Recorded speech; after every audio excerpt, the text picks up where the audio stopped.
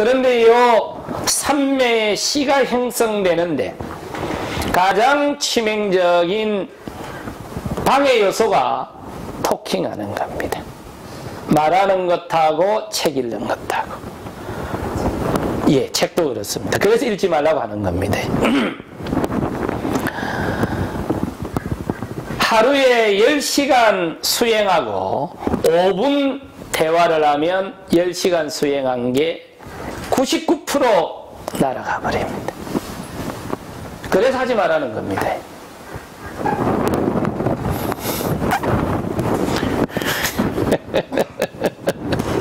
비구들이요, 비구가 잠자기를 즐겨하지 않고 잠자기를 기뻐하지 않고 잠자는 즐거움에 몰입하지 않는 한 퇴보하지 않고 번영할 것이다. 미녀는 잠자기를 좋아하는가? 출가를 하면 미녀 되기를 포기하니까.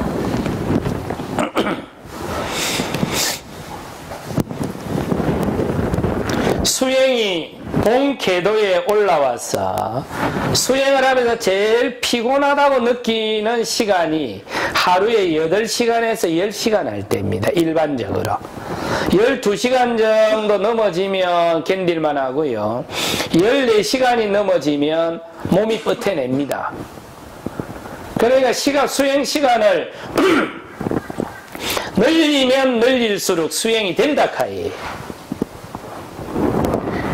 14시간으로 수행 시간이 올라가면, 제대로 수행이 궤도에 올라오면 잠이 줄어듭니다. 그래서 하루에 2시간 반만 자도 개운합니다. 그러니까 집중 수행을 하면서 3시간 이상 잤는데 몸이 찌불뚱하거나 불편하다 하면 수행을 점검해야 됩니다. 뭔가 자연스럽게 하지 않고 용을 쓴다라는 증거입니다. 자가 진단을 해보시죠. 그러나 계속해서 왔다 갔다 하거나 일상적으로 일을 하면서 수행을 하는 분들한테는 해당되지 않습니다. 그는 노동이라고 하는 다른 문제가 있기 때문에 그렇습니다. 비구들이요, 비구가 무리지어 살기를 즐겨하지 않고 무리지어 살기를 기뻐하지 않고 무리지어 사는 즐거움에 몰입하지 않는 한 퇴보하지 않고 번영할 것이다. 간혹가다 수행자들이 개를 모으거나 이런 것만 해샀는데 그거 하지 말라고. 비구들이 삿대논을 갖지 않고 삿대논의 지배를 받지 않는 한 퇴보하지 않고 번영할 것이다.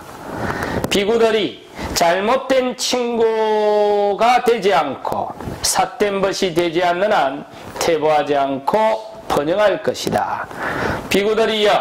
비구가 낮은 경지에 특별한 정덕을 얻었다고 하여 도중에 수행을 포기해버리지 않는 한 퇴보하지 않고 번영할 것이다.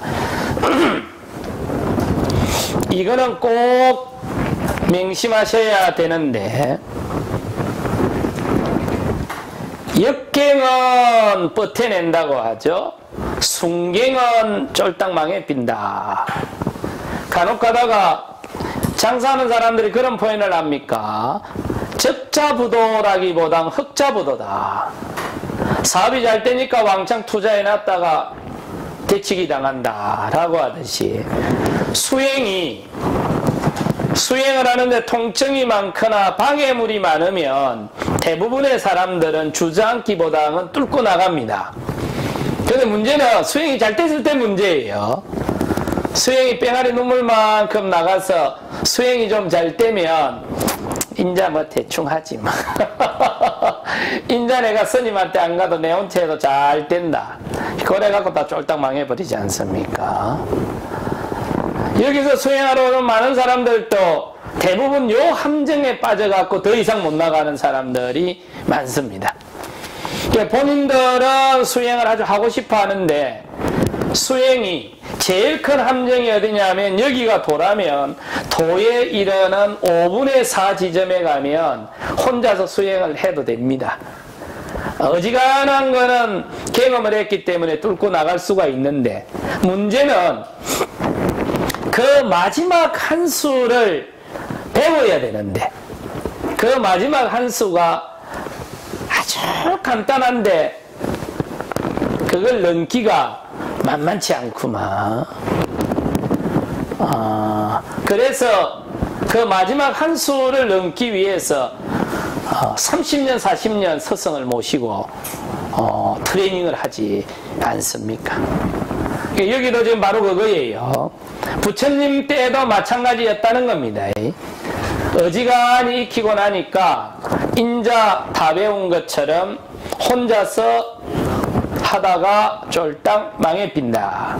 마지막 지점을 터치할 때까지 매진하세요. 그래야 퇴보하지 않고 소득의 성과를 얻을 수 있을 겁니다.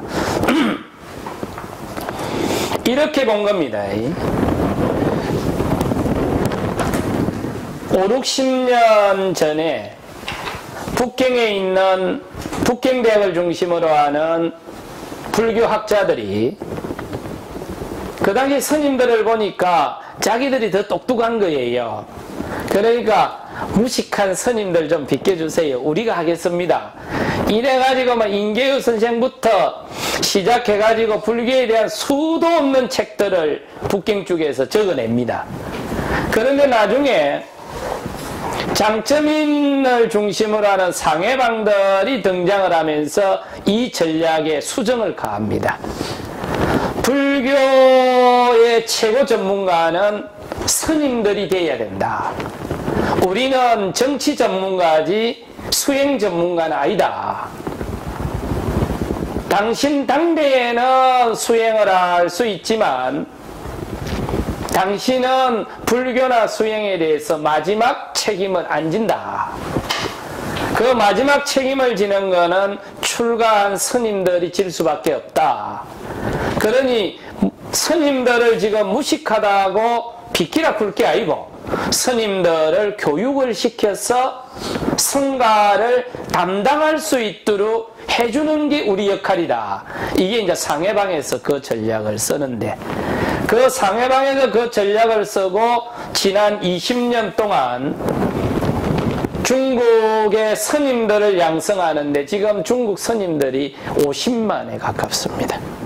그렇게 하는데 처음에는 양이 늘어나다가 이제는 질적으로 전환이 되기 시작을 하죠. 마찬가지겠죠. 우리가 수행을 할 적에도 내 마음을 관리하고 내 욕망이나 분노 이 정도를 다스리는 데는 지금 여러분들이 배운 것 정도만 해도 충분할 거예요. 더 이상 할 거 없지 않습니까? 그러나 만약에 다른 사람이 마음을 관리할 수 있도록 지도를 한다라는 측면으로 넘어오면 내 마음은 관리할 수 있지만 다른 사람의 마음을 관리할 수 있도록 누군가가 가르쳐야 되는데 그런 전문가를 누가 담당을 해야 되노? 세속에 계시면서 그걸 담당을 하기는 본인들 밥 먹고 사는 문제도 있고 본인들의 생활이 있기 때문에 쉽지 않다. 그러면 결국 출가한 수행자를 양성을 해서 전문가 역할을 하도록 담당을 해줘야 된다. 이게 대단히 중요한 문제죠. 그러니까 수행의 문제가 아니고 수행을 어떻게 개성시킬 건가 하는 문제가 남아있는 거죠. 내가 밥 먹고 사는 문제야 밥 먹고 살면 되겠지만 이걸 어떻게 조직을 어떻게 유지해 가야 되나 하는 문제도 남아있다는 거죠. 아까 우리가 서두에 말씀드렸던 것처럼 가령 삼성의 선대 회장이나 지금 이건희 씨나 이 사람들이 삼성이라는 거대한 집단에 대해서 이걸 내가 만들었고 내가 주도해서 만들었고 물론 노동자들도 열심히 노력했지만 그 사람들 입장에서는 요게 내 개니까 거기에 대해서 애착을 가지고 욕심이 있어서 요걸 낳아놓고 못 죽겠다라는 측면도 있을 수 있겠지만 요 조직을 어떻게 안정적으로 유지시키고 발전시킬까? 그것 때문에 고민을 많이 할 수도 있을까요? 그것 때문에 못 죽을 수도 있지 않습니까? 그럼 우리가 이렇게 보면, 어떻게 보면, 아니, 이건희 씨가 몸도 안 좋을 텐데, 무슨 욕심이 있어서 일주일에 한 번이라도 본사에 출근해갖고 저걸 저렇게 지금 다스리지?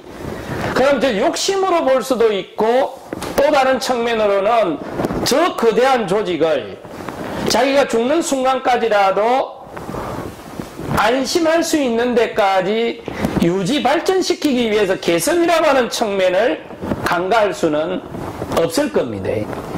그러니까 욕심이라는 측면으로 볼 수도 있고 조직의 안정을 어떻게 유지 발전시킬 수 있나 하는 측면도 있다. 이런 부분을 볼 수 있어야 제대로 고민을 하는 거죠. 그러지 않으면 그냥 일면만 가지고 이야기할 수밖에 없다. 부처님도 지금 그런 표현들 쓰죠. 수행 조금 진도 나갔다고 중단을 하면 당신의 마음은 다스릴 수 있겠지만 수행을 개성 발전시키는 문제는 어렵습니다. 비구들이여 이런 7가지 퇴보하지 않는 법이 정착되고 준수되면 상가는 퇴보하지 않을 겁니다. 비구들이여 또 다른 7가지 퇴보하지 않는 법을 설하겠다. 비구들이 서성과 수행에 대한 믿음이 있는 한 퇴보하지 않을 것이고 양심이 있는 한 퇴보하지 않을 것이고 수치심이 있는 한 퇴보하지 않을 것이고 많이 배우는 한 퇴보하지 않을 것이고 열심히 정진하는 한 퇴보하지 않을 것이고 수행을 가지는 한 알아차림을 확립하는 한 퇴보하지 않을 것이고 전체를 볼 수 있는 안목 지혜를 가지는 한 퇴보하지 않을 것이다. 비구들이여 또 다른 퇴보하지 않는 법을 말하겠다. 영각지, 택법지, 정진각지, 환희각지, 경항각지, 정각지, 사각지 이걸 칠각지분이라고 하는데 이거는 수행을 해서 수행이 도에 이르는 5분의 4 지점에 도착을 해야 요게 나옵니다.